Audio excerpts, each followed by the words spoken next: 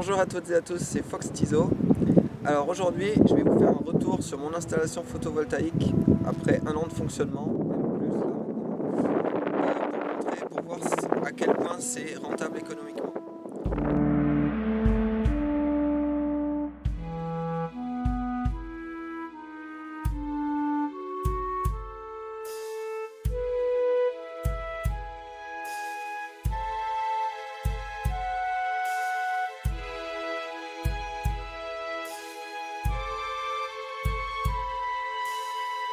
D'abord, il faut savoir qu'il existe plusieurs systèmes photovoltaïques. Le premier, le plus courant, c'est le système couplé au réseau, appelé on-grid, donc avec des micro-onduleurs ou un onduleur réseau qui va être relié directement à la maison et donc par ce biais aussi relié au réseau Enedis.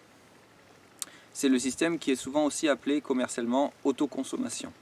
Ensuite, il y a les contrats de revente du surplus et je ne vais pas en parler parce que je ne sais absolument pas ce que sont les tarifs actuellement. Ça peut aussi changer. Je sais juste qu'il y a quelques années, ce qui était subventionné, c'était les contrats de revente totale, c'est-à-dire vous étiez obligé de revendre la totalité de votre production photovoltaïque à 65 centimes le kilowattheure et si vous vouliez l'utiliser, il fallait la racheter à 10 ou 15 centimes le kilowattheure. Je n'en parle pas du tout dans cette vidéo, ce n'est pas pris en compte dans la rentabilité économique que je vais vous présenter ici. Ensuite, il existe bien sûr les systèmes autonomes, donc complètement déconnectés du réseau Enedis, et cette fois avec des batteries. Ce système, c'est un système appelé off-grid, donc sans réseau, et donc c'est appelé autonome aussi, voilà. Et des systèmes comme ça, ils nécessitent forcément des batteries, pour des pics de consommation, par exemple, si les panneaux ne produisent pas assez, ou aussi pour pouvoir avoir de l'électricité la nuit. Et puis il y a des systèmes qu'on pourrait appeler hybrides entre les deux, ça n'a rien à voir avec les onduleurs hybrides, hein, enfin pas vraiment, qui sont connectés au réseau, mais qui peuvent aussi fonctionner en autonomie, et qui peuvent utiliser des batteries, même s'il y a le réseau ou pas, selon ce qu'on souhaite. Dans cette vidéo, je vais parler de la rentabilité économique seulement du premier système, celui qui ne fonctionne que couplé au réseau et qui va se couper dès que le réseau est coupé. Parce que celui-ci, il est vraiment rentable économiquement.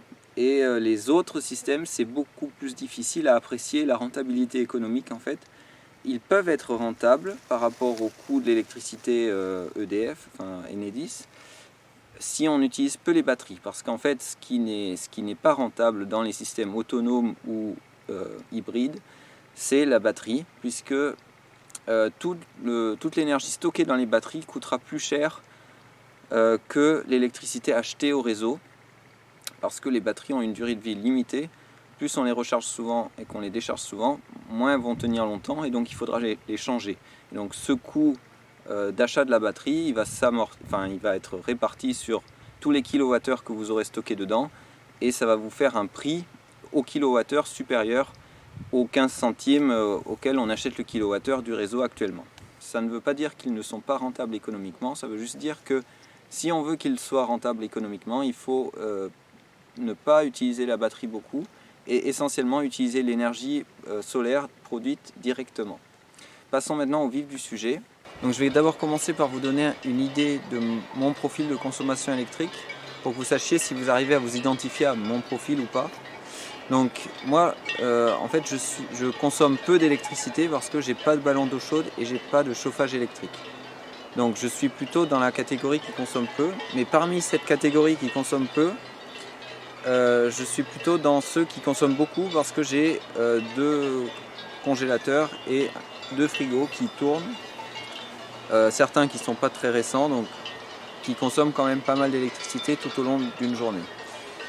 Donc grosso modo, je suis sans panneaux solaires, sans rien, je consomme entre 4 et 6 kWh par jour en 24 heures.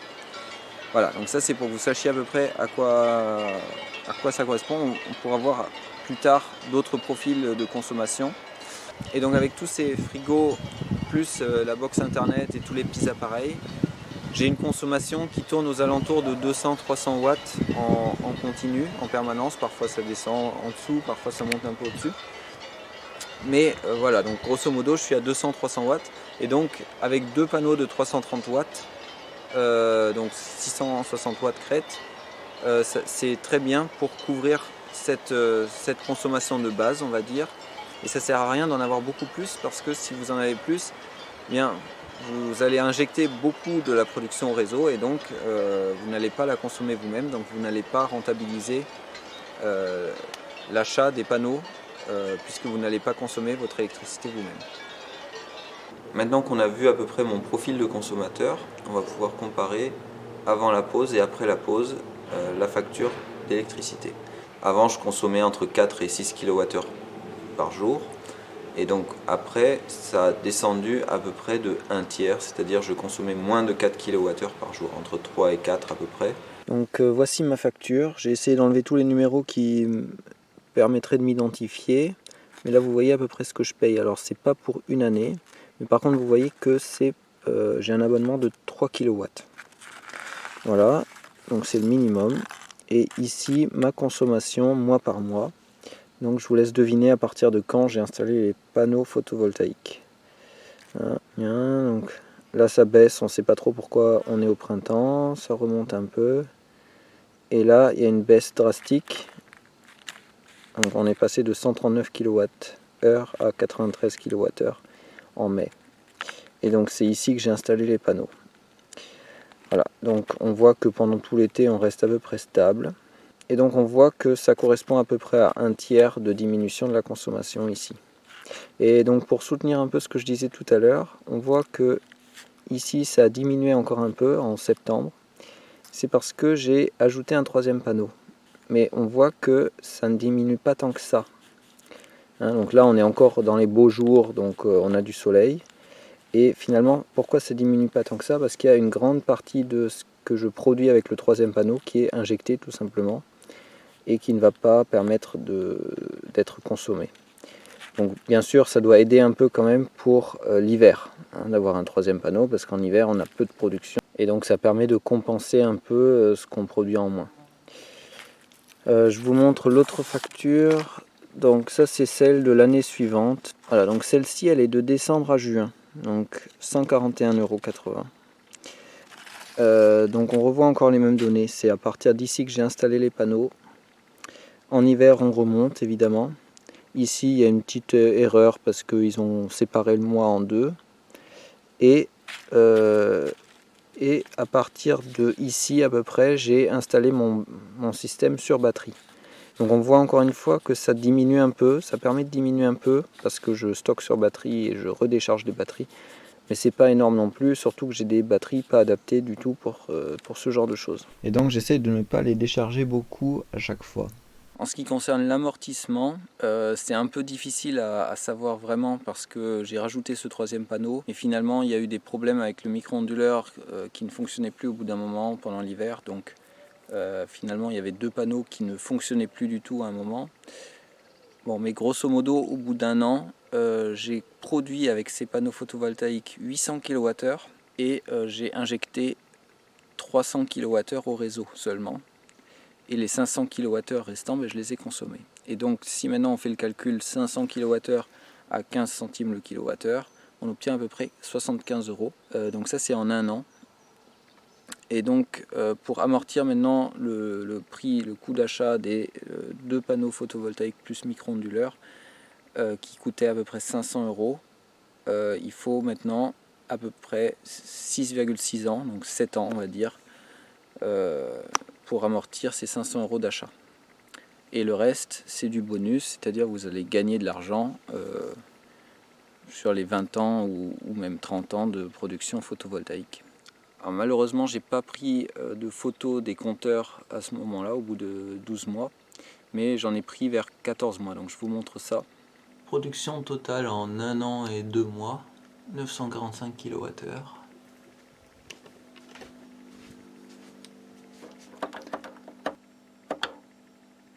Et on a injecté 327 kWh, donc tout ça c'est avec deux panneaux voire trois panneaux. Vous l'aurez bien compris, c'est pas parce que j'utilise une meuleuse de 2000 watts de temps en temps que ça vaut le coup d'installer 2000 watts de panneaux photovoltaïques sur mon toit. Par contre, qu'en est-il des autres profils de consommation? par exemple les profils de consommation élevés, comme vous qui utilisez un ballon d'eau chaude électrique et qui chauffez la maison avec une pompe à chaleur.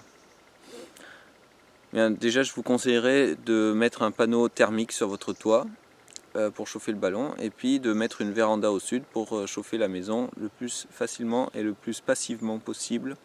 Par contre, si vous optez pour la facilité et que vous ne voulez rien changer à votre logement, ça peut vous valoir le coup effectivement d'installer 2000 ou 3000 watts de panneaux photovoltaïques sur votre toit et d'alimenter le ballon d'eau chaude avec cette électricité. Évidemment, il faut essayer d'allumer le ballon d'eau chaude qui fait 2 kW en général, le jour pendant la production solaire. Et pour ça, il existe aussi des routeurs solaires. Le routeur solaire permet d'utiliser seulement le surplus pour chauffer le ballon d'eau chaude. Donc ça permet de rentabiliser un maximum la production solaire et d'injecter très peu au réseau. Chaillot Barnabé en fabrique un lui-même et vous montre comment il fait à l'aide d'un Arduino. Et puis on peut aussi acheter des routeurs solaires pour beaucoup d'argent et on peut en acheter pour moins d'argent. Par exemple, il y a le Profess Solaire, un YouTuber qui vous propose de vous le vendre pour une centaine d'euros. Voilà. Je voulais ajouter un petit mot de la fin, c'est que si vous voulez ajouter un système pour fonctionner en autonomie, vous allez avoir en fait une consommation supplémentaire qui vient des appareils qui vous permettent de fonctionner en autonomie. Et donc c'est plus intéressant de faire directement un système autonome ou hybride. Je vous montre ça. Donc ça c'est toute l'installation que j'ai dû rajouter pour pouvoir être autonome en cas de coupure d'électricité. Donc ça va stocker dans les batteries le surplus et puis ça va le redonner si le réseau est coupé ou même si le réseau est là, je peux utiliser une partie du courant stocké dans les batteries. Donc déjà il faut voir que toute cette installation elle consomme de l'électricité même si on ne fait rien avec. Déjà ce boîtier là il a plein de capteurs pour savoir combien il y a de courant qui sort, combien de courant qui rentre dans le réseau et il consomme une quinzaine voire une vingtaine de watts. Le Cerbo GX lui consomme à peu près 5 watts. Le moniteur de batterie, je ne sais pas ce qu'il consomme, mais il a une certaine consommation aussi, qui doit être relativement faible. Mais donc, additionner tout ça, ça fait entre 20 et 30 watts de consommation en continu. 20 watts de consommation en continu sur 24 heures, ça nous fait à peu près 500 Wh, donc un demi kWh consommé par jour en plus, juste à cause de ce système. Donc pour compenser ça, il faut au moins que je décharge mes batteries de façon à régénérer 500 Wh par jour. Donc il faut que je décharge mes batteries de 10% tous les jours et que je les recharge avec les panneaux pour compenser cette perte. Bien sûr, avec des batteries plus grosses, on serait obligé de les décharger moins pour compenser cette perte, etc. Voilà, donc c'est pour vous dire que le fait d'être autonome n'est pas rentable, forcément économiquement, et il rajoute une consommation électrique en permanence. Alors, évidemment, on peut choisir aussi d'avoir ce système-là directement, sans avoir les micro-onduleurs, et cette fois avec des chargeurs comme ça, comme celui-ci. Et à ce moment-là, cette consommation supplémentaire, on ne la verrait pas, parce que ce serait votre installation de base. Tout comme les micro-onduleurs, ils consomment aussi, ils ne sont pas efficaces à 100%, ils consomment une partie de l'électricité qui est produite par les panneaux solaires. Donc voilà, il y a dans tous les cas une perte, et moi la perte elle se voit parce que j'ai rajouté ce système après coup. Pour les prochaines vidéos sur le sujet, je pensais faire une vidéo qui va un peu plus dans les détails sur les différents systèmes photovoltaïques qui existent, parce que là je les ai rapidement présentés, mais en fait il y en a même d'autres. Il y en a qui fonctionnent, qui utilisent des batteries, mais qui ne fonctionnent pas hors réseau. Et donc rentrer un peu dans les détails de ces installations-là, des différents onduleurs qui permettent de le faire ou de ne pas le faire, etc. Et puis sur les batteries, je pensais aussi faire une vidéo sur les batteries. Alors il y a Guillaume Piton qui a déjà fait des vidéos très exhaustives là-dessus, qui démonte des batteries et puis qui fait une très belle vidéo qui résume un peu tout ça. Mais je pensais pouvoir apporter un petit peu quelque chose à ça. Voilà, donc dites-moi dans les commentaires si ça peut vous intéresser ou pas, hein. Et puis pour ceux qui ont une grosse consommation d'électricité avec ballon d'eau chaude, etc., il y a ce monsieur là qui fait aussi une vidéo de retour après 1 an de fonctionnement mais cette fois d'une grosse installation photovoltaïque. Donc ça peut être intéressant pour tous ceux qui ont un ballon d'eau chaude, etc. Alors lui en plus il a une voiture électrique qu'il recharge avec ses panneaux, et donc c'est plutôt intéressant parce que ça lui permet d'économiser aussi du carburant. Bon, j'espère que cette vidéo vous a donné des pistes, des détails sur la rentabilité économique. Je n'ai pas parlé de la rentabilité écologique, mais bon, elle est bien présente aussi, hein. Donc sans batterie, elle est présente en tout cas. Et puis je vous dis à la prochaine.